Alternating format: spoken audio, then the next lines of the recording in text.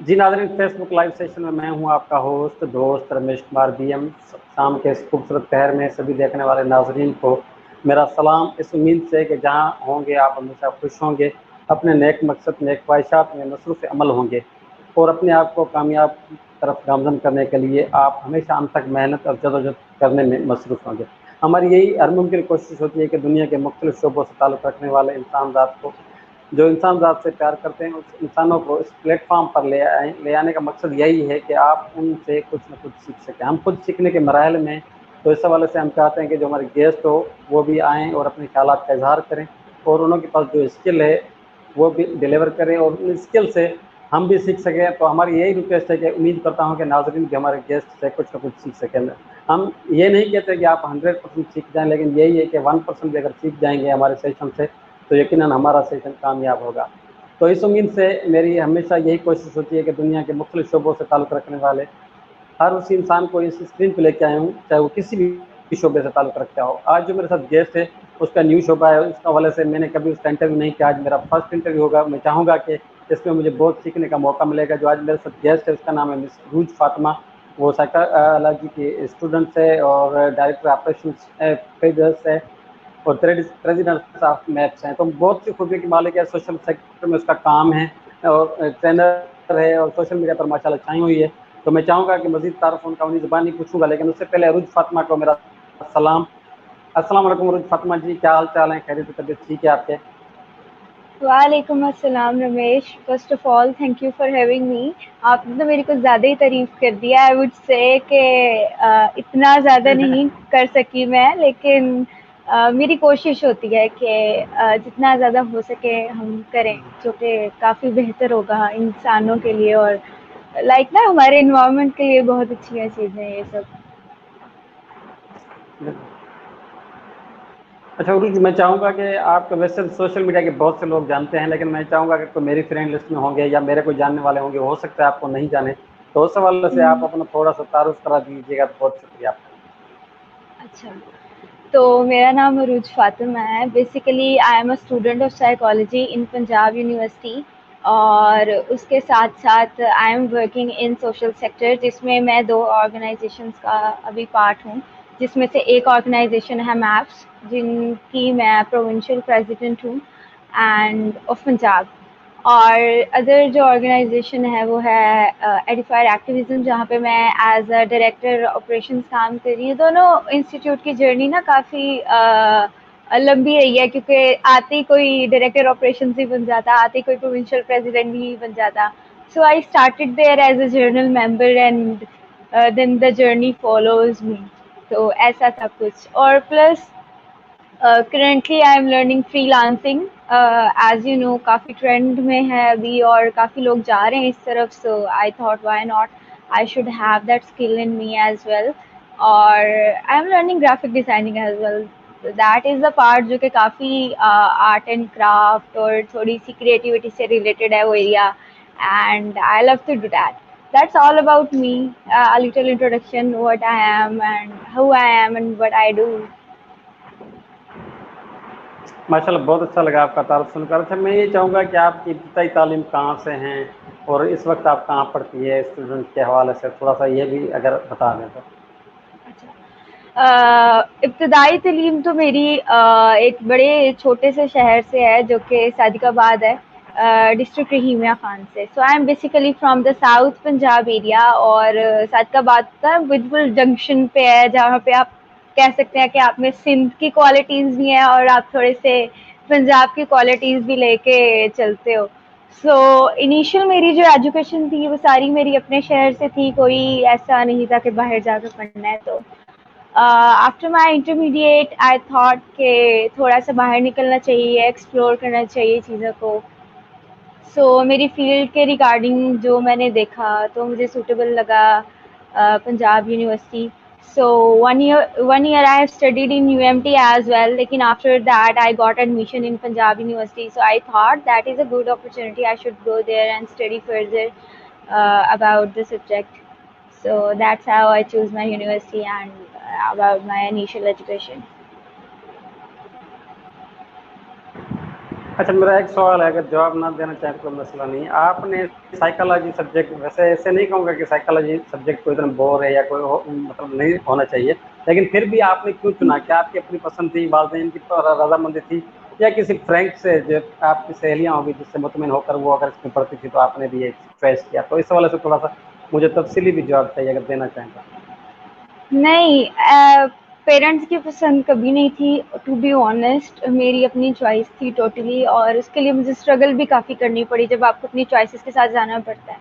ये बात मैं सारे इंटरव्यूज़ में बोल चुकी हूँ, दोबारा बोलूँगी कि सारे पेरेंट्स का ख्वाब होता है जी हमने तो डॉक्टर बनाना है अपने बच्चों को, आप डॉक्टर नहीं हो तो भी कुछ नहीं हो। लेकिन इन माई इंटरमीडिएट मुझे ये पता चला कि मेरा एप्टीट्यूड नहीं है as a doctor. I can't pursue that profession as a passionate person, ठीक है। मुझे थोड़ी सी कह लें गंदी आदत है कि मुझे ना चीज़ें परफेक्शन चाहिए होता है, थोड़ा सी चीज़ों में, थोड़ा सी चीज़ों को अच्छा करना अच्छा लगता है। तो मुझे लगता था कि वो ऐसी फील्ड नहीं है कि वो कहते हैं ना फोर्सफुली आप उस काम को करोगे, मुझे थोड़ा सा ऐसा फील होता था। सो आई एक्सप्लोर, मुझे फिलोसफी बहुत अच्छी लगती थी शुरू से। मुझे बड़ा मज़ा आता है अभी भी फिलोसफिकल डिबेट्स हो, कोई भी बंदा ऐसा हो ना कि जो काफ़ी थोड़ा सा आउट ऑफ द बॉक्स सोचता हो, उसकी बातें मुझे मतलब थोड़ा सा ना सुनना और चीज़ों को अंडरस्टैंड करना उस तरीके से बहुत पसंद है। Specially it comes to human nature के इंसान क्या है, इंसान कुछ करता है तो वो क्यों करता है, अगर मैं अभी ऐसे बैठी हूँ तो मैं क्यों बैठी हूँ, अगर मैं ऐसे बोल रही हूँ तो क्यों बोल रही हूँ। तो वो एक बड़ा क्यूरियस का जो एलिमेंट था उसने बहुत पार्टिसिपेट किया मेरे इस डिसीजन में। तो so I think that is a subject that is according to my interest, और जिसमें काफ़ी न्यू चीज़ें मुझे एक्सप्लोर करने को मिलेंगी, एंड ऐसे एक ऐसा पर्सपेक्टिव मिलेगा जो कि नॉर्मल लोगों के पास नहीं है। So that will be my super power ना, कि जो नॉर्मली लोग नहीं सोचते, I can think that way. So that's the whole story why I have choose this profession so far. अच्छा, अभी आप 4 सेमेस्टर आपने क्लियर किए हैं या चौथे सेमेस्टर में मेरे ख्याल में हैं, तो ये आपको कैसा सब्जेक्ट लग रहा है वहाँ पर पढ़ने में? कोई बोरियत महसूस नहीं हो रही या कितना मज़ा आ रहा है? थोड़ा सा ये अच्छा, नाज़रीन से शेयर कर दें ताकि बहुत से लोग साइकोलॉजी को भी पढ़ सकें। अच्छा, साइकोलॉजी ना बड़ा ही कोई डिवर्स फील्ड है, हर चीज़ इंक्लूड है, बायो इंक्लूड है, फिलोसफी इंक्लूड है, सोसाइटी इंक्लूड है, कम्युनिटी इंक्लूड है, आपका इन्वायरमेंट इंक्लूड है। तो आई वुड नॉट से कि हर जो हर कोर्स पढ़ेंगे आपको बहुत इंटरेस्टिंग लगेगा, आपको बहुत मज़ा आएगा, ऐसे नहीं होता है। आपको माइनर्स भी पढ़ रहे होते हो आप साथ साथ, तो कभी कभी आप तंग आ जाते हो। फॉर एग्जाम्पल मुझे ना मैथ्स आ गई माइनर्स में, तो मुझे तो मैथ्स पसंद नहीं थी। तो फिर मुझे अच्छा नहीं लग रहा था कि जी मैंने तो साइकोलॉजी चूज़ की थी, अब मैं मैथ्स भी पढ़ूँ। लेकिन देयर इज़ अ रिलेशनशिप ना, हर चीज़ कनेक्टेड है, तो you need to study that as well. तो अगर साइकोलॉजी के सब्जेक्ट्स की बात की जाए एक्सक्लूसिवली, तो बहुत इंटरेस्टिंग है, बहुत मज़ा आता है। लेकिन आप ना कॉन्टिन्यूसली बोर भी हो जाते हो, बेशक आपको इंटरेस्ट है। तो थोड़ा सा अब हम्म। दरम्यान में आपकी स्टेज आती है, आप मतलब वो आपकी कर्व ऊपर जाते जाते ना यहाँ पीक पे, पीक से फिर थोड़ी सी डाउन पे आ जाती है कि चलो ठीक है अब डाउन। लेकिन दैट्स फाइन, मुझे लगता है हर कोर्स और हर चीज़ ऐसी ही चलती है, तो इसमें ज़्यादा वो लेने वाली बात हम्म, नहीं है। लेकिन अगर आपको मतलब अप इंटरेस्ट डाउन है तो तो रहता रहता बड़ा है। मज़ा आता है जी। अप और डाउन हर फील्ड में होता रहता है, कभी अप इंसान चला हाँ जाता है, कभी हाँ, डाउन हो जाता है, किसी भी सब्जेक्ट में हो या किसी भी फील्ड में। बिल्कुल। आप ना थक जाते हो, आप स्टार्ट में बहुत ज़्यादा एनर्जी हम्म। लगाने लग पड़ते हैं हम, और जब पीक पे पहुँचते हैं फिर हम थक जाते हैं, फिर हम कहते हैं चलो जी थोड़ी-सी कर्व डाउन ले जाते हैं, खैर है इंटरेस्ट है, फिर अब थोड़ा-सा ऊपर जाते हैं, तो ऐसे चलता रहता है। लेकिन सब्जेक्ट बहुत इंटरेस्टिंग है, बहुत मज़ा आता है, आपको बहुत सी ऐसी चीज़ें पता चलती है जो नॉर्मली नहीं पता चलती।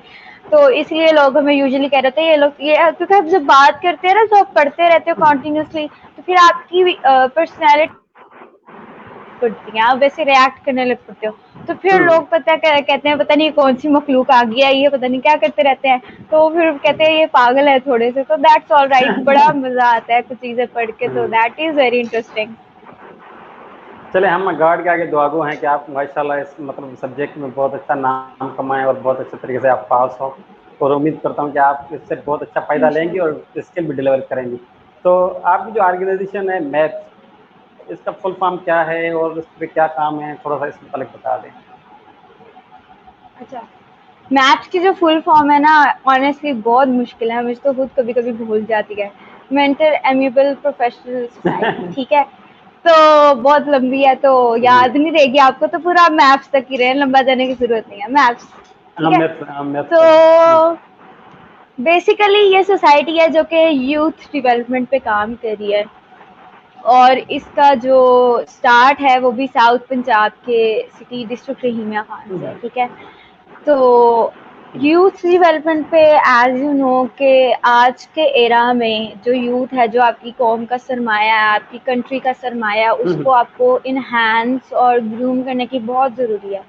ना सिर्फ उनके पर्सनल लेवल पे, प्रोफेशनल लेवल पे भी बहुत ज़्यादा ज़रूरत है अभी, क्योंकि आप देखो, आप एनालाइज करो अपने इर्द गिर्द के लोगों को, specially as a student when I analyse my peers and my friend zone and the university fellows, so I found out कि हम ना थोड़े numbers में ही रह गए हैं, हम numbers से बाहर निकलते ही नहीं है। हमें लगता है कि numbers ही सब कुछ होते हैं, एंड और जो नंबर ले गया वो उसकी ज़िंदगी बन जाएगी, बाकी सक्सेसफुल नहीं हो पाएंगे।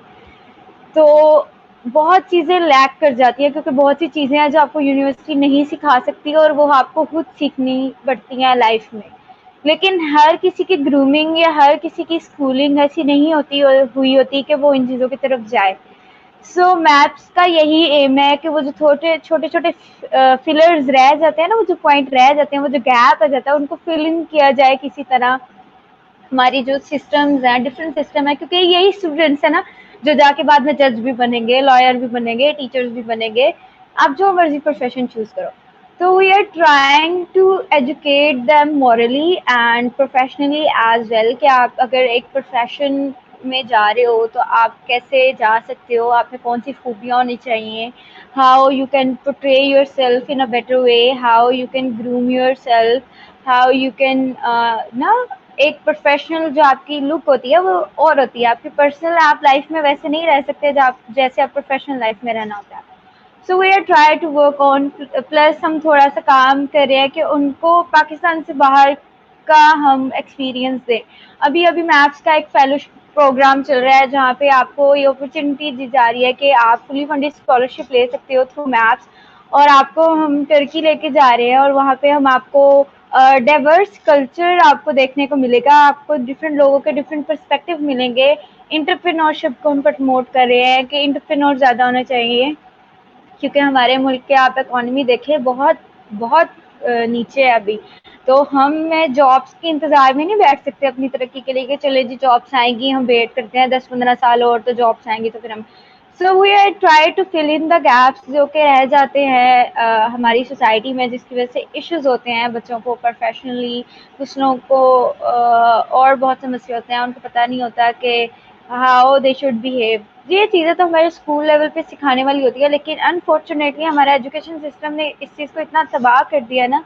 सो वी हैव दैट ऑब्जेक्टिव के we are going to encourage and empower our youth in every way we can. तो this that is the whole objective के मैप्स क्या करेगी, और मैप्स के प्रोजेक्ट हमेशा इसी के रिगार्डिंग होते हैं। Plus we are working on digital learning, जो कि स्ट्रीट चाइल्ड्स होते हैं जिनको अपॉर्चुनिटी नहीं होती, पॉवर्टी की वजह से उनको एजुकेशन नहीं मिल पा रही होती, तो उनके लिए हमने डिजिटल लर्निंग का एक पूरा प्लेटफॉर्म खोला। Then we have a project called Momentum, जहाँ पे हम एजुकेट करते हैं प्रोफेशनली यूथ को through live session, through live trainings. Human rights पे बहुत काम है मैप्स का, क्योंकि आप कैसे सोसाइटी में सर्वाइव कर सकते हो जब आपको अपने राइट्स का नहीं पता। पाकिस्तान में सबसे बड़ा इशू है, हम कहते हैं खैर रहन दो, कुछ नहीं होता, जान दो। ये जान दो अच्छी बात है, माफ जान करना बहुत अच्छी बात है, लेकिन you need to know your right as a person, के आपका एज ए ह्यूमन बीइंग क्या क्या राइट है, और कौन कौन से लॉ उन्हें आपके ना आपको वो राइट देते हैं। आपको वो लॉ पता होना चाहिए, ताकि अगर आपके साथ जिंदगी में कोई मसला हो तो आप लीगली खुद को प्रोटेक्ट कर सको through law, through system. Justice का बहुत बड़ा काम होता है एक कंट्री को और एक नेशन को डेवलप करने के लिए। So that is a whole और बड़ी थिंग बात है के। हमारे पास। जी जी बोले रमेश। बड़ी बात है हमारे पास आरटीआई है, राइट टू इन्फॉर्मेशन, हम उसको भी यूज़ नहीं करते हैं। वो पब्लिक आम बनने के बिल्कुल लिए हर चीज़ हम पूछ सकते हैं, लेकिन फिर भी बदकिस्मती से वही बात आ जाती है कि रहने दे, छोड़ दे। नहीं नहीं, पता अच्छा ये मसला क्या है, हमारी जो पाक स्टडीज हाँ की ये बुक है ना, उसमें जी, राइट्स होने चाहिए, उसमें वो सारी हम्म, कहानियां हमें सुनने की जरूरत नहीं है। हमने वो राइट्स पढ़े ही सिर्फ मार्क्स लेने के लिए थे, तो हमें अपने राइट्स कैसे याद होंगे? वो कभी भी याद नहीं होंगे। तो हम्म, पाक स्टडी की बुक हम सिर्फ एज अ माइनर कोर्स लेके, नंबर लेके, उसमें 70 80 हम्म, 75 जितने लेने होते हैं पास कर लिया, हम जी बन गए, महान बन गए। क्या किया आपने? कुछ नहीं सीखा उस बुक से। तो वो छोटी सी बुक आपकी जिंदगी पे जितना इन्फ्लुएंस रखती है ना, वो समझने की जरूरत है हमें। हम्म। अच्छा, आपने यूथ के लिए अच्छी बात है तुर्की चुना है, लेकिन क्यों चुना है? उसकी क्या खासियत है कि फेलोशिप के हवाले से आप तुर्की यूथ को लेके जा रही हैं? थोड़ी सी ये बयान कर दें।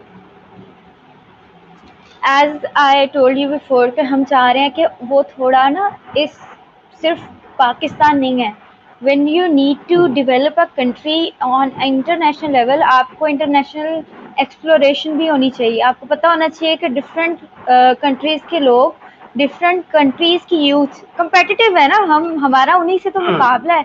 अगर अच्छा, हमें उनकी सोच का ही नहीं पता होगा, अगर हमें उनके पर्सपेक्टिव का ही नहीं पता होगा, तो how you could able to achieve your goals?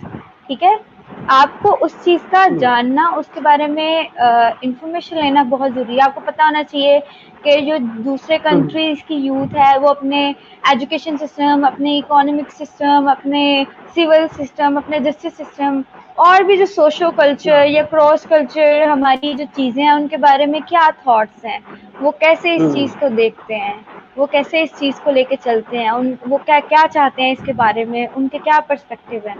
तो जो हमारा फेलोशिप प्रोग्राम है, वो एक बहुत अच्छी अपॉर्चुनिटी है उन लोगों के हम्म, लिए जिनको इंटरनेशनल लेवल पे काम करने का शौक है। वो हम्म, चीज़ों को सिर्फ नेशनली नहीं, इंटरनेशनली भी देखते हैं। ठीक है, वो जानना चाहते हैं कि जो लोग हैं जो हमसे डिफरेंट हैं, जिनका मज़हब, जिनका हम्म, ट्रेडिशन, जिनका कल्चर हमसे मुख्तलिफ है, वो एक मुद्दे के बारे में क्या हम्म, सोचते हैं। तो that's how you are able to promote your thought as well. आप लोग दुनिया को हम्म, बता सकते हो ना वहां जाके, आप एक इंटरनेशनल प्लेटफॉर्म पे खड़े हो हम्म, जहाँ पे 150 कंट्रीज जी आगे जी, खड़ी हुई हैं, तो आप बता सकते हो कि आपका हम्म, क्या मुद्दा है। आपको आपको पाकिस्तान को प्रमोट करने का एक बहुत अच्छा तरीका है। वो लोगों को पता चलता है कि ये यूथ पाकिस्तान की जो काम कर रही है, जो कि रेडी है ना सिर्फ पाकिस्तान में काम हम्म, करने के लिए, इंटरनेशनली भी अपेयर होने के लिए रेडी है, अपने अच्छे थॉट्स, अपने अच्छे हम्म, सोल्यूशंस देने के लिए रेडी है। आप देखिए इंटरनेशनल कितने मसले हैं। आप इस टाइम ह्यूमन राइट्स ना क्राइसिस में आप कह लें, सिर्फ फर्स्ट हम्म, वर्ल्ड कंट्रीज ही अपने राइट्स जो हैं वो सिक्योर करने के काबिल हैं। आप देखें, लोगों का कत्ल हो जाता है, इतनी जंगें हो रही हैं, कहीं ना कहीं लोगों को मारा जा रहा है जानवरों की तरह। कोई उनको पता नहीं है कि उनके राइट्स कहाँ हैं। बिला वजह रूल्स को हम्म, तोड़ा जाता है, जो इंटरनेशनल रूल्स हैं उनको तोड़ा जा रहा है इस टाइम इंटरनेशनल लेवल पे। So as a country, as a nation, how we are able to contribute in that cause ना, तो उसके लिए हमें इंटरनेशनल प्लेटफॉर्म पे जाना पड़ेगा, और इंटरनेशनल प्लेटफॉर्म के लिए आपको एक्सप्लोरेशन बहुत ज़रूरी है। तो दैट इज़ अ प्लेटफॉर्म जो आपको ये अपॉर्चुनिटी प्रोवाइड करेगा कि आप बाहर जाओ, आप लोगों से मिलो, आप सॉल्यूशंस दो, आप उनकी बात सुनो। हम्म, एक ना एक यूनिटी भी आपको मिलती है, आपको कॉमन पॉइंट्स मिलते हैं, आपको अच्छी चीज़ें मिलती हैं, अच्छे अच्छे सॉल्यूशंस मिलते हैं। तो that's way we can shape our coming generations, ना सिर्फ पाकिस्तान की, डिफरेंट कंट्रीज की कमिंग जनरेशन को, कि how we can make this world a better place to live in. अच्छा उरुज, क्या समझती है जो आजकल के नौजवान है, यूथ है, उसमें कितना लर्निंग स्किल है और कितना वो आगे बढ़ने के ख्वाहिशमंद है? डिजिटल दौर है, तो आप क्या महसूस करती हैं इस वक्त नौजवानों में कितना पोटेंशियल है अपॉर्चुनिटी हासिल करने में? अच्छा, if you talk about potential, तो कभी अंडर एस्टिमेट नहीं कर सकते हैं पोटेंशियल को। मैंने बहुत हम्म, से ऐसे लोगों से अभी तक मिली हूँ जो कि सिर्फ अपने स्टूडेंट लेवल पे हैं, और अगर उनको हम्म, सही जगह पे रखा जाए, ठीक है, अगर आप अगर आप हथौड़े से कील ठोकोगे तो वही ठीक होगा। अगर आप हथौड़े से कोई और काम लोगे जो उसके बस का नहीं है, वो नहीं कर पाएगा।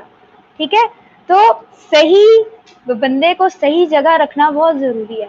हमारे यहाँ पे ये मसला शुरू ही तब हो जाता है जब हम अपना प्रोफेशन चूज करते हैं। प्रोफेशन तो हम माँ बाप के मर्जी से चूज कर रहे हैं, क्योंकि हम इमोशनल ब्लैकमेल भी हो रहे होते हैं, जी हम आपके माँ बाप हैं। तो वो केयर अपनी जगह है, अच्छी बात है, आपके पेरेंट्स आपके बारे में केयर करते हैं, आपके प्रोफेशन के बारे में केयर, लेकिन थोड़े से रिस्पॉन्सिबिलिटी आपकी भी है। आप अपना प्रोफेशन देखो, आप वैलिड रीजंस लेके जाओ अपने पेरेंट्स के पास, उनको बताओ कि दीज आर द रीजंस जो मैंने किया। जब मैंने फील्ड चूज करनी थी, मैंने बस ये हवा में नहीं मारा कि जी मैंने तो साइकोलॉजिस्ट बनना है और मैं बनूंगी। मैंने मैंने गूगल पढ़ा है यार, हर चीज पढ़ी है उस पर, आपको किसी के पास जाने की जरूरत नहीं है। मैंने अपने सीनियर से पूछा क्या है, मैंने जहाँ हद तक मैं इंफॉर्मेशन ले सकती थी मैंने ली। इवन के मैंने पे देखी कि अगर मैं ये करती हूँ कि मेरा कोई फ्यूचर है आगे, मैं कुछ कर सकती हूँ इसमें अगर मैं मेहनत करती हूँ तो। यहाँ पे मसला मेहनत भी नहीं करनी, मेहनत के बगैर सब कुछ नहीं मिलता है ना, आपको थोड़ी सी मेहनत भी करनी पड़ती है।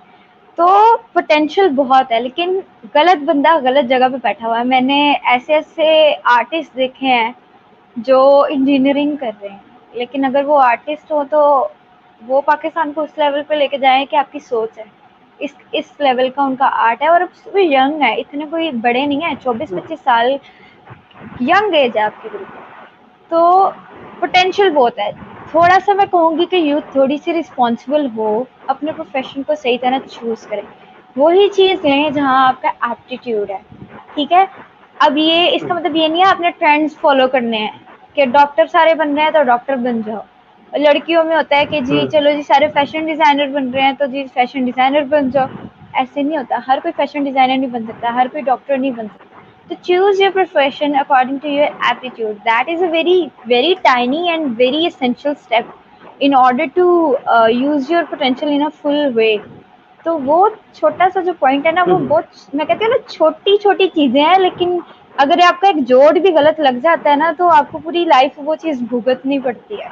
तो थोड़ा सा रिस्पॉन्सिबल हो, पेरेंट्स की सुनो, लेकिन पेरेंट्स को मनाने के बहुत से तरीके हैं। आप गलत बातों पे जिद कर लेते हो, मैं कहती हूँ आप गलत बातों पे रोना पिटना पा देते हो घर पे। मैंने ट्रिप पे जाना है तो जाना है, आप जो मर्जी कर लें, मैं चली जाऊंगी, ये तो कर लेते हो ना आप। तो when it comes to your profession, वो रोना, थोड़ा सा रोना पिटना उधर भी डाल लो, दैट इज योर राइट। आपके ह्यूमन राइट है ना, आप उसी फील्ड में जाओ कि जिसमें आप समझते हो कि आप अच्छे हो, आप बेहतरीन कर सकते हो। और थोड़ा सा मसला है हमारे मेंटर्स का, आई वुड से हमारे टीचर्स हमें हमारा माइंडसेट इतनी ब्रेन वॉशिंग कर देते हैं ना, ये कह कह के अगर आप डॉक्टर नहीं बनोगे भाई तुम्हारा तो कोई फ्यूचर नहीं है। और ये बातें मैं ऐसे नहीं कह रही, मैंने सुनी हुई है। अगर तुम डॉक्टर नहीं हो तो तुम्हें पैसे नहीं मिलेगा, तुम्हें फेम नहीं मिलेगा। We need to understand fame is not all about money and fame, your fame is all about your satisfaction as well. अब पर्सनली लेवल पे कितने सेटिस्फाई हो अपनी लाइफ से, वो भी बहुत मैटर करता है। मैंने खुदकुशी करते हुए हमेशा देखा ही उन लोगों को है जिनके पास पैसे हैं, जिनके पास फेम है, जिनके पास दुनिया की हर आसाइश मौजूद है इस टाइम, लेकिन क्या नहीं है उनके पास सेटिस्फेक्शन नहीं है। वो काम तो कर रहे हैं, लेकिन how you are able to satisfy yourself. तो थोड़ा सा लिंक है प्रोफेशन और पर्सनल, दोनों को सिंक्रोनाइज करके चलें।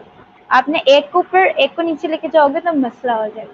तो दोनों को कहते हैं ना, आपका दिमाग और दिल, तो एक आपका दिमाग है प्रोफेशन और पर्सनल आपका दिल है।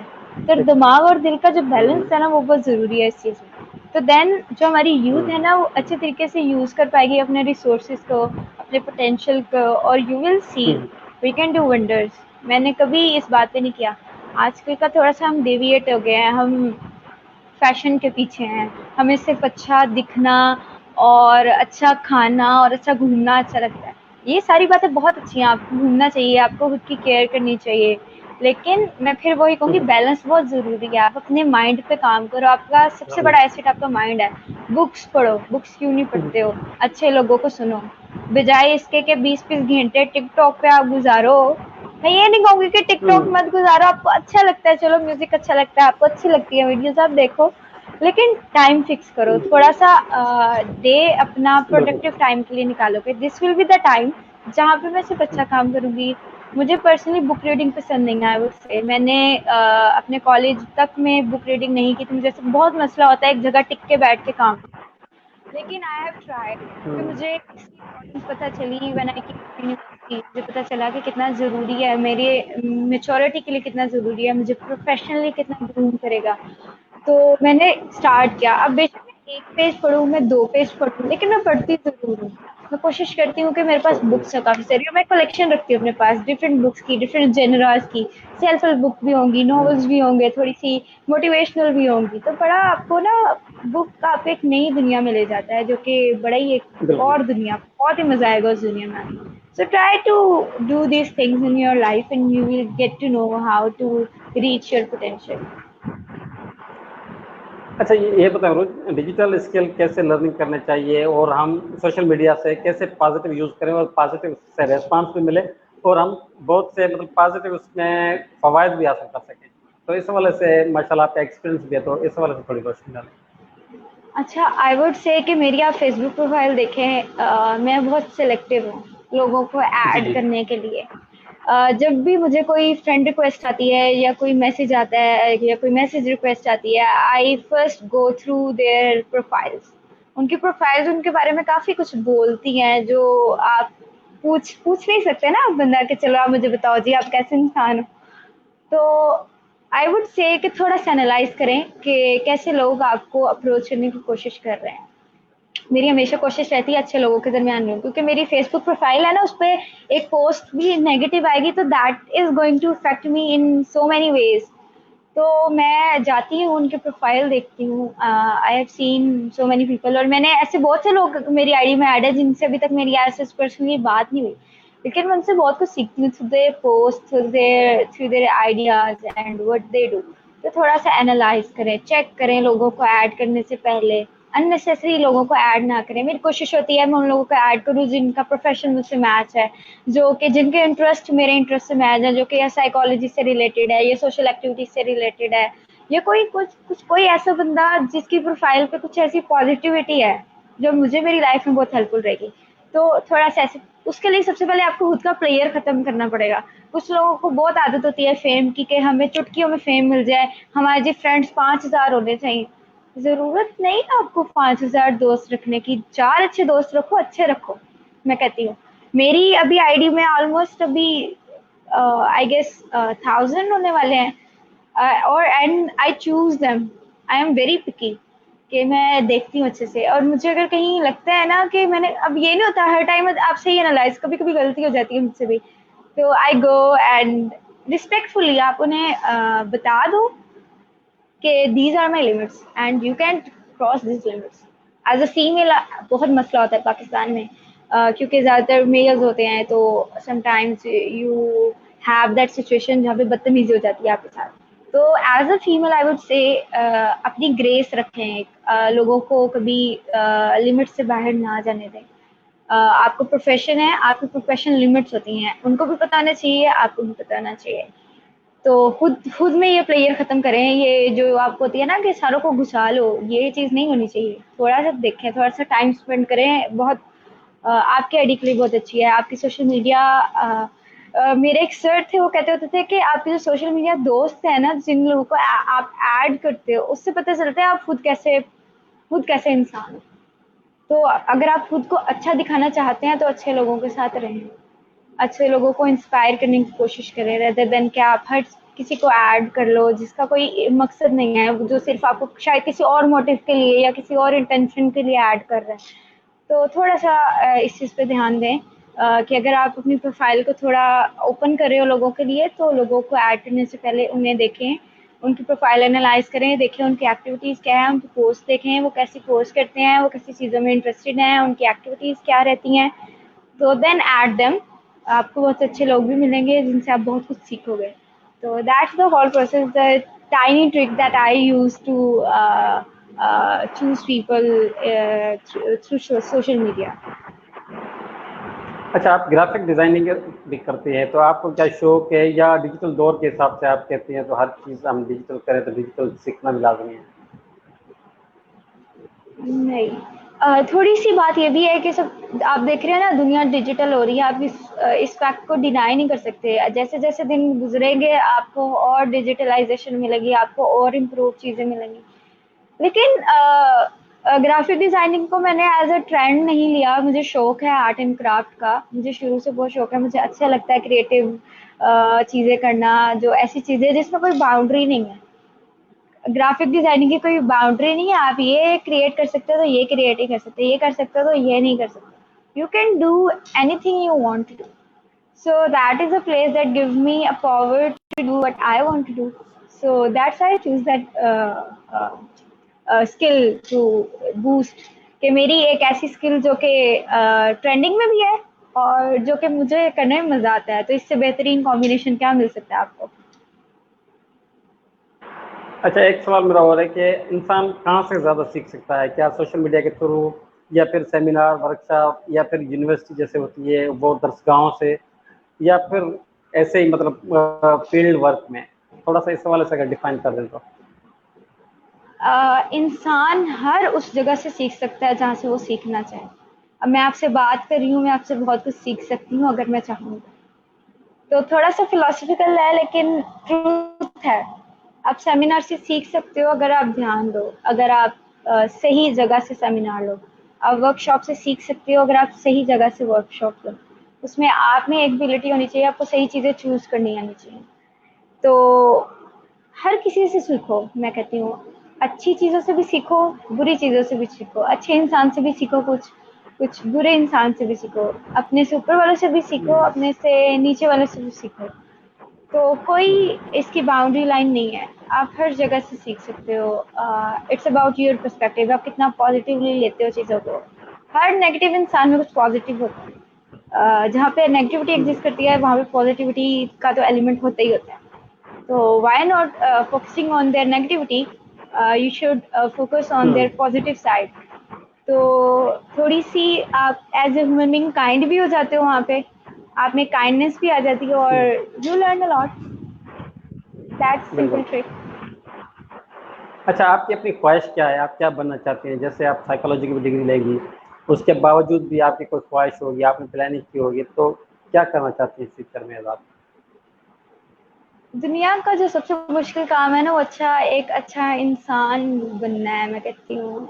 Rather than the field, rather than who I am, मेरी कोशिश रहती है कि मैं जो खुद गलत करती हूँ ना उसको एनालाइज करने की कोशिश करूँ। मुश्किल होता है एज ए ह्यूमन बीइंग, आपको गुस्सा आता है, आपको कभी कभी जेलसी भी होती है, आपको कभी कभी नहीं करना होता माफ किसी को, लेकिन आपको करना पड़ता है। तो मैं कहती हूँ beyond everything I want to be a good person, I want to be a person जिसको लोग देखें और मेरे मरने के बाद ये ना कहें कि इसने मेरे साथ कुछ गलत किया, या this person is the cause of my pen.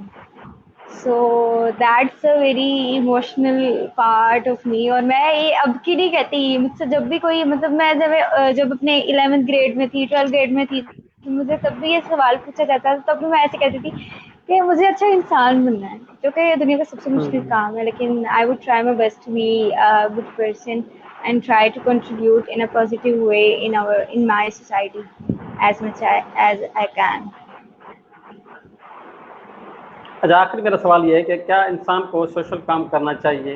क्योंकि बहुत से लोग करते हैं, लेकिन कुछ मजीद मेरे ख्याल में, जो हो सकता है मैं गलत हूँ, मेरी नज़र में इतने लोग सोशल काम नहीं करते। तो आप एज अ सोशल वर्कर भी हैं, वॉलंटियर भी आपने ट्रेनिंग की है, ट्रेनर भी हैं माशाल्लाह, लर्निंग स्किल में भी है, स्टूडेंट भी है, तो आप इस सारे काम को कैसे देखती हैं, सोशल काम को?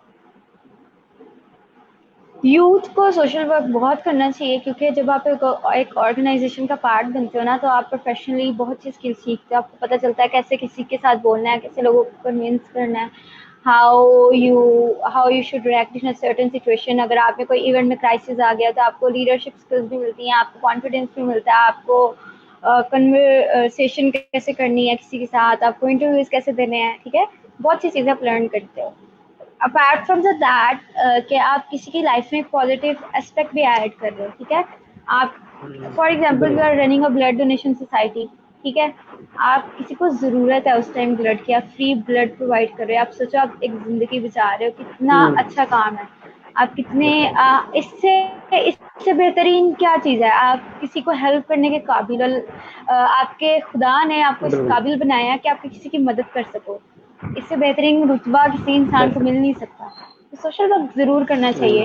हम जज ही हो जाते हैं कि ऑर्गेनाइज, थोड़ा सा आप ये देखें कि आप किस ऑर्गेनाइजेशन के साथ काम करें। आई वुड से बहुत सारी ऑर्गेनाइजेशंस हैं जिनका काम नहीं है, वो सिर्फ अपने आप को प्रमोट करने के लिए हैं, अपने आप को अपने फ़ायदे के लिए हैं।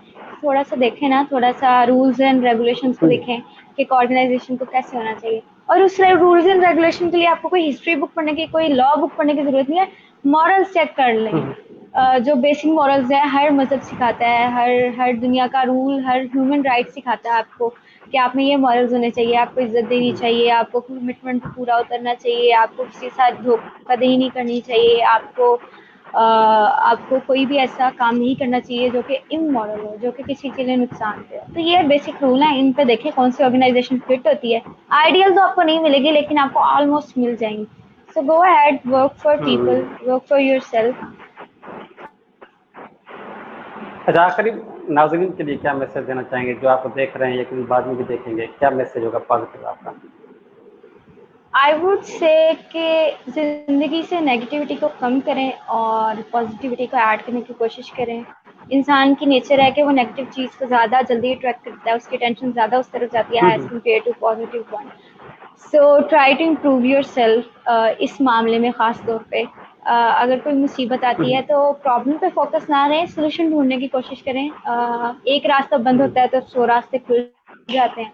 तो रेदर देन उस एक रास्ते पे फोकस करने की कोशिश आप कर रहे हैं, उन 100 रास्तों पे फोकस करने की कोशिश करें, आपका मसला भी हल हो जाएगा।